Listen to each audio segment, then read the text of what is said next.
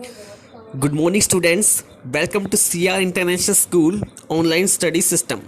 Remember, we are doing lesson number 2, the forms of business organization, and our topic is cooperative society. So, today we are going to discuss the types of cooperative society. Cooperative society कितने type की होती है, सहकारी समितियाँ कितने तरह की होती है, ये आपको देखनी है. फर्स्ट देखिए, कंज्यूमर कोऑपरेटिव सोसाइटी. देखिए नाम से डिपेंड हो रहा है कंज्यूमर कोऑपरेटिव सोसाइटी, तो डेफिनेटली इसे कौन क्रिएट करता होगा? कंज्यूमर. तो इसके क्रिएटर्स कौन है? कंज्यूमर. कौन से consumer? Who want to get rid of traders and brokers exploitation. ठीक है, एक्सप्लॉयटेशन यानी शोषण. ट्रेडर और ब्रोकर जिन कंज्यूमर का शोषण करते हैं उन्हें वो कंज्यूमर इस कोऑपरेटिव सोसाइटी यानी कंज्यूमर कोऑपरेटिव सोसाइटी को बनाते हैं. इनका ऑब्जेक्टिव्स देखिए क्या होता है. Eliminating the middleman. मिडलमैन यानी मध्यस्थ जो होते हैं, प्रोड्यूसर और कंज्यूमर के बीच में जो भी पर्सन आता है उन्हें मध्यस्थ कहते हैं. ठीक है, क्योंकि वो मध्यस्थ जो होते हैं वो एक्स्ट्रा कमीशन चार्ज करते हैं जिसकी वजह से गुड्स के प्राइस बहुत ज़्यादा बढ़ जाते हैं. तो इनका मुख्य उद्देश्य होता है एलिमिनेटिंग मिडलमैन. सेकंड देखिए, ensuring the constant supply of goods. Goods उन्हें लगातार मिलते रहे, उसकी शॉर्टेज ना पड़े, ये भी इनका उद्देश्य होता है. और थर्ड उद्देश्य देखिए, availability of high quality goods at good price. तो सही प्राइस पर, सही दाम पर अच्छी क्वालिटी के गुड्स मिल जाए, यही इनका ऑब्जेक्टिव है. बेसिक फंक्शन क्या होता है इन सोसाइटी का? देखिए, purchasing goods in bulk. Bulk यानी कि इकट्ठा, एक साथ इकट्ठे गुड्स लेना फ्रॉम प्रोड्यूसर और होलसेलर. एक साथ इकट्ठे गुड्स लेने में सस्ता पड़ता है डेफिनेटली, तो इन्हें रीजनेबल प्राइस पर ही मिल जाते हैं. सेकंड फंक्शन देखिए, selling goods to the member. जो मेंबर है कंज्यूमर कोऑपरेटिव सोसाइटी के, उन्हें गुड्स को बेचना. अदर फीचर्स देखिए, non members can also buy goods. Non member भी गुड्स इनसे खरीद सकते हैं. ठीक है, पर सबसे पहले जो प्रायोरिटी होती है वो इन मेंबर्स को ही मिलती है. अगर एक्स्ट्रा बच जाए तो ही नॉन मेंबर के पास जाता है. Some time member are special given discount. Members को स्पेशल डिस्काउंट भी दिया जाता है. तो ये थी कंज्यूमर कोऑपरेटिव सोसाइटी. सेकंड देखिए, प्रोड्यूसर कोऑपरेटिव सोसाइटी. जिस तरह कंज्यूमर कोऑपरेटिव सोसाइटी बना सकते हैं वैसे ही प्रोड्यूसर भी अपनी कोऑपरेटिव सोसाइटी बना सकते हैं. क्रिएटर देखिए, स्मॉल प्रोड्यूसर, छोटे छोटे प्रोड्यूसर मिलके कोऑपरेटिव सोसाइटी बनाते हैं. क्यों बनाते? देखिए, because they facing difficulties in attaining the material and selling the goods. क्योंकि उन्हें कच्चा माल यानी कि मटेरियल और गुड्स को बेचने में काफी तकलीफ आ रही है, डिफिकल्टीज का सामना करना पड़ रहा है. इसीलिए इन्होंने क्या किया? प्रोड्यूसर कोऑपरेटिव सोसाइटी बना ली. ऑब्जेक्टिव देखिए, providing material and help in the sale of goods. यानी कि मटेरियल प्रोवाइड करना और गुड्स को बेचना इनका उद्देश्य है. बेसिक फंक्शन देखिएगा, assisting members in purchasing and selling. अपने मेंबर्स को परचेज और सेल में हेल्प करना.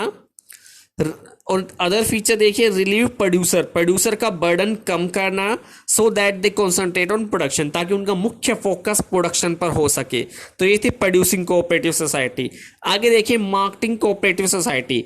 ठीक है, मार्केटिंग मतलब कि सेल करना, बेचना, बेचने में हेल्प करना. अगर आप किसी चीज़ को बेच नहीं पा रहे हैं तो उसकी प्रॉपर मार्केटिंग करके, मार्केटिंग में एडवर्टीजमेंट भी आता है, पर्सनल सेलिंग भी आता है, काफ़ी पब्लिसिटी भी आती है. ठीक है, तो कोऑपरेटिव मार्केटिंग सोसाइटियाँ देखनी है, मेन फोकस बेचने पर होगा. देखिए, क्रिएटर कौन है इसका? Small producer and artisans. Artisans मतलब कारीगर बेसिकली. तो छोटे छोटे प्रोड्यूसर और कारीगर मिलकर कोऑपरेटिव मार्केटिंग सोसाइटियां बनाते हैं. अगेन, इनको डिफिकल्टीज आ रही है प्रोडक्ट को बेचने में और प्रॉफिट अटेन करने में, इसीलिए इन्होंने मार्केटिंग सोसाइटी बनाई. ऑब्जेक्टिव देखिएगा, providing regular markets to the member. अपने मेंबर्स को एक लगातार निरंतर मार्केट प्रोवाइड कराना इनका उद्देश्य है. ठीक है, लगातार मार्केट मिलेगी तो वो अपने प्रोडक्ट को इजीली बेच सकते हैं, और लगातार नहीं मिल पाती तो फिर उन्हें बेचने में डिफिकल्टी आती है. सेकेंड ऑब्जेक्टिव देखिएगा, providing relief to the members from the exploitation of middle man. तो अगेन, जो मिडल मैन होते हैं, मध्यस्थ होते हैं, बिचौलियाँ होते हैं, वो जो शोषण करते हैं उनके शोषण से बचाना. ठीक है, ये भी इनका उद्देश्य होता है. बेसिक फंक्शन देखिए मार्केटिंग सोसाइटी के, collecting goods from the members. ठीक है, मेंबर्स से माल इकट्ठा करना. Selling the collected goods at reasonable prices. जो इन्होंने अपने प्रोड्यूसर से माल इकट्ठा किया है उन्हें रीजनेबल अच्छे प्राइसेस पर बेचना. थर्ड देखिए, टेकिंग केयर ऑफ मल practice during the trade deals. मल प्रैक्टिस यानी कि भ्रष्टाचार वगैरह जो अन्य प्रक्रियाएं होते हैं उन्हें रोकना भी इनका मुख्य उद्देश्य है. अदर फीचर्स देखिएगा, increasing the capacity of bargaining. Bargaining यानी माप तोल करना, मोल भाव करना. ठीक है, अच्छे प्राइस मांगना. तो बेसिकली मार्केटिंग सोसाइटियां बनाने से इनमें माल भाव की क्षमता आती है और ये अच्छे प्राइस ले सकते हैं। सेकंड देखिए, it helps in making the arrangement of transportation की फैसिलिटी ये अच्छे से प्रोवाइड करा पाते हैं। वेयर हाउसिंग, माल को स्टोर करना हो तो ये सारे मिलकर कोऑपरेटिव सोसाइटियां मिलकर माल को स्टोर कर सकती हैं। पैकिंग एंड मार्केटिंग इन सब में भी कार्य कर सकते हैं। अगला देखिए, फोर्थ कौन सी कोऑपरेटिव सोसाइटी हमारी? Credit cooperative society. क्रेडिट यानी कि उधार। इनके क्रिएटर कौन होते हैं? जनरल पर्सन होते हैं, आम आदमी होते हैं जिन्हें फाइनेंशियल यानी कि मनी का अरेंजमेंट करने में मुश्किल आ रही है, वो इन कोऑपरेटिव सोसाइटियों का निर्माण करते हैं। ऑब्जेक्टिव देखिए, नंबर पहला, first objective, to help the member feel free from the clutches of money lenders. ठीक है, जो महाजन होते थे पहले समय, महाजन लैंडर्स जमींदार होते थे, बहुत हाई रेट ऑफ इंटरेस्ट पर लोन प्रोवाइड कराते थे, रुपए देते थे लोगों को, जिससे कि उनका बहुत एक्सप्लोटेशन होता था। तो इसीलिए इन्होंने क्या किया, कोऑपरेटिव क्रेडिट सोसाइटियां है प्रोवाइड की या बनाई, जिससे कि अपने मेंबर्स को बहुत कम रेट ऑफ इंटरेस्ट पर लोन प्रोवाइड करा सके और मनी लेंडर जो होते थे उनके एक्सप्लोटेशन से छुटकारा दिला सके। सेकंड उद्देश्य देखिए, to providing the habit of saving. अपने मेंबर में सेविंग की आदत डालना भी इनका उद्देश्य है होता है। बेसिक फंक्शन देखिए, एक्सेप्टिंग डिपॉजिट, ये अपने मेंबर से डिपॉजिट एक्सेप्ट करते हैं। Number two, providing loans to the member. ठीक है, अपने मेंबर्स को लोन प्रोवाइड कराते हैं। अदर फीचर देखिए, there are three sources for fund. अब इन सोसाइटी को फंड्स कहां से मिलता है? तीन सोर्सेज से इन्हें फंड मिलता है। Number one, share capital. Number two, deposit of members, members deposit करते हैं। और नंबर थर्ड, नॉन मेंबर भी इन्हें कई बार जमा करा देते हैं। The society sometime give loan to non member. कई बार जब इनके पास पैसा ज्यादा होता है तो ये नॉन मेंबर्स को भी लोन दे देती हैं। फिफ्थ देखिए, कोऑपरेटिव फार्मिंग सोसाइटी। तो जो फार्मर किसान होते हैं वो इन्हें मिलकर बनाते हैं। तो क्रिएटर देखिए, स्मॉल फार्मर होते हैं, ठीक है, जो इनकेपेबल है फार्मिंग इकोनॉमिकली, फार्मिंग को सस्ता बनाने में जो असक्षम है वो इन सोसाइटी का निर्माण करते हैं। ठीक है, इनका मुख्य उद्देश्य देखिए, achieving economies of scale. Economies of scale का मतलब होता है कि लार्ज लेवल पर प्रोडक्शन करना, जिससे कि आपकी कॉस्ट बहुत कम आती है।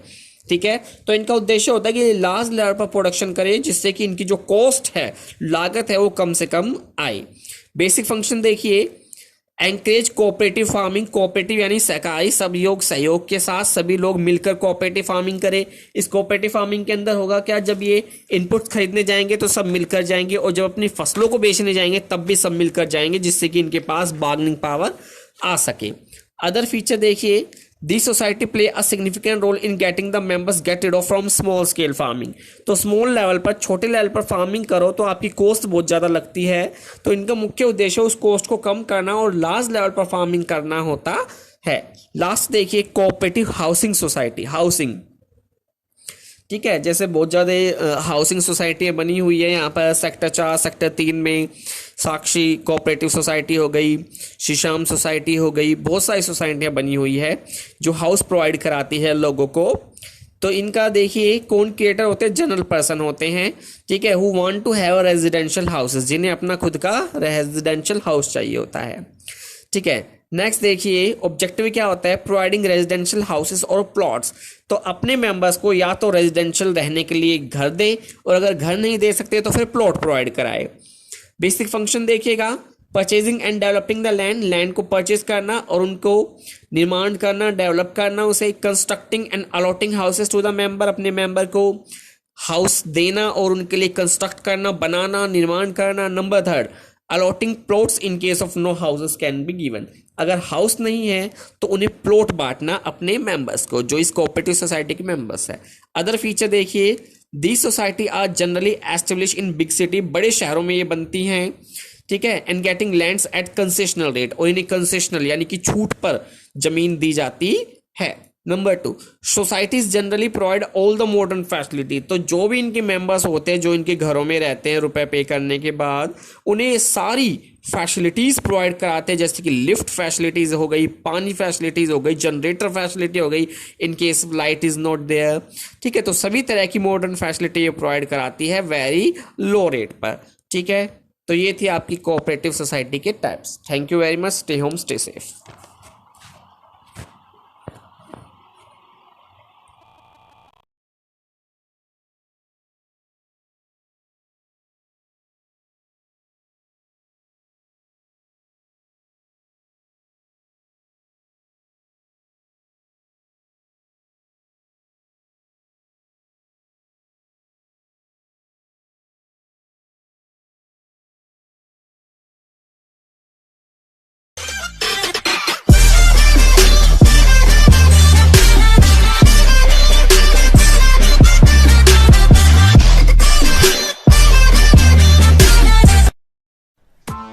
press the bell icon on the YouTube app and never miss another update.